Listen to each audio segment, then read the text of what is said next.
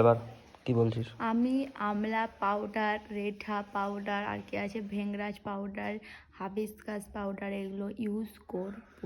আর যদি চুল উঠে যায় পরে? চুলের টাকলা করে দেবো। না, বল চুল উঠে গেলে।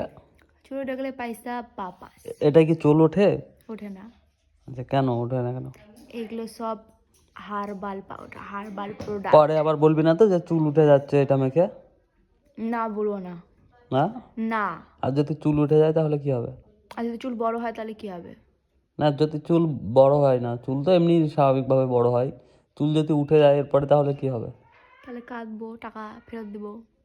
ক টাকা দিবি? 157 টাকা তুই কোথায় দাম। পাবি টাকা আমাকে ফেরত দিবি দিয়ে? সেটা আমার পরে করে দেবো না। 157 টাকা দাম, 150 টাকা কোথায় তোকে পাবি বাপাস তুই দেবো। টাকা? মামনির কাছ থেকে আমি 150 টাকা পাই, ওই 150 টাকাটা বলবো তুই অনলাইন পাঠা, তোকে পাঠাবে, তো তুই আমাকে এই 150 টাকা আমাকে পাঠিয়ে দিবি, ব্যাস। আর করলে